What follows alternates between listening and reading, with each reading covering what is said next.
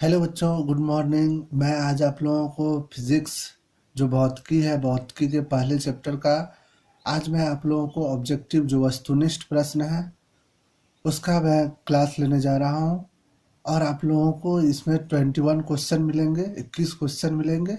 सारे का आप लोगों को मैं ऑप्शन भी बतलाऊंगा कौन सा इसमें सही ऑप्शन है जो आपके एग्जाम को ध्यान में रखते हुए बनाया गया हुआ है। तो चलिए, पहला क्वेश्चन है हमारा। पहला चैप्टर जो है प्रकाश का परावर्तन, उसका पहला क्वेश्चन वस्तुनिष्ठ क्वेश्चन है। पहला क्वेश्चन है, समतल दर्पण द्वारा बना प्रतिबिंब होता है।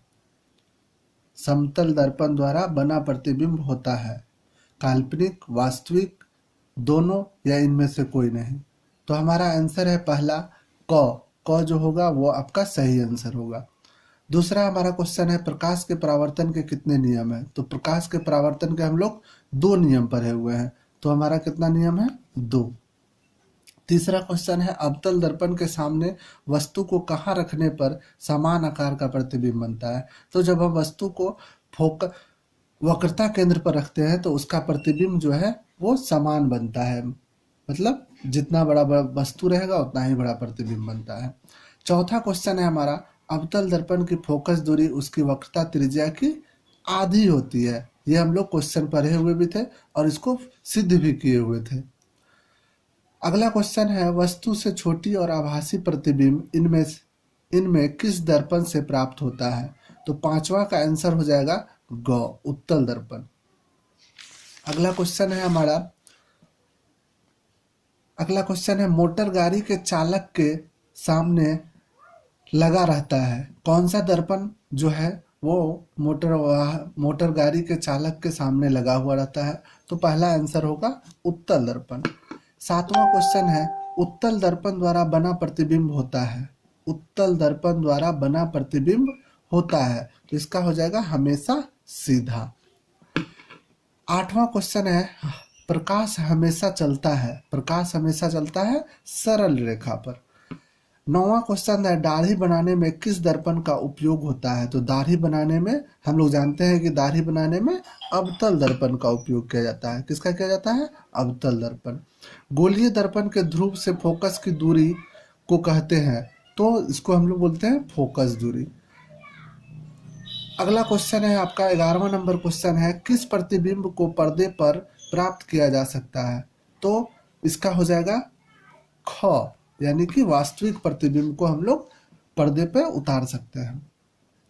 12 नंबर हमारा क्वेश्चन है, किसी दर्पण में आपतन कोण हमेशा बराबर होता है परावर्तन कोण के। हम लोग दर्पण जो जो दो नियम है प्रकाश के परावर्तन का उसमें हम लोग पढ़े हुए हैं।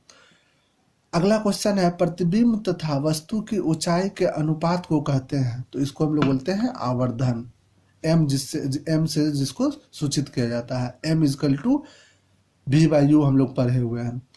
14 नंबर क्वेश्चन है, गोलीय दर्पण में सभी दूरियां मापी जाती है। तो ध्रुव से मापी जाती है, ध्रुव से ही हम लोग कोई भी दूरी को मापते हैं। उत्तल दर्पण द्वारा वास्तविक वस्तु के केवल प्रतिबिंब बनती है। उत्तल दर्पण द्वारा वास्तविक वस्तु के केवल प्रतिबिंब बनती है। कैसा बनती है? तो आभासी प्रतिबिंब बनती है। 16 नंबर क्वेश्चन है हमारा, गोलीय दर्पण के ध्रुव से फोकस की दूरी को कहते हैं। गोलीय दर्पण के ध्रुव से फोकस की दूरी को कहते हैं फोकस दूरी।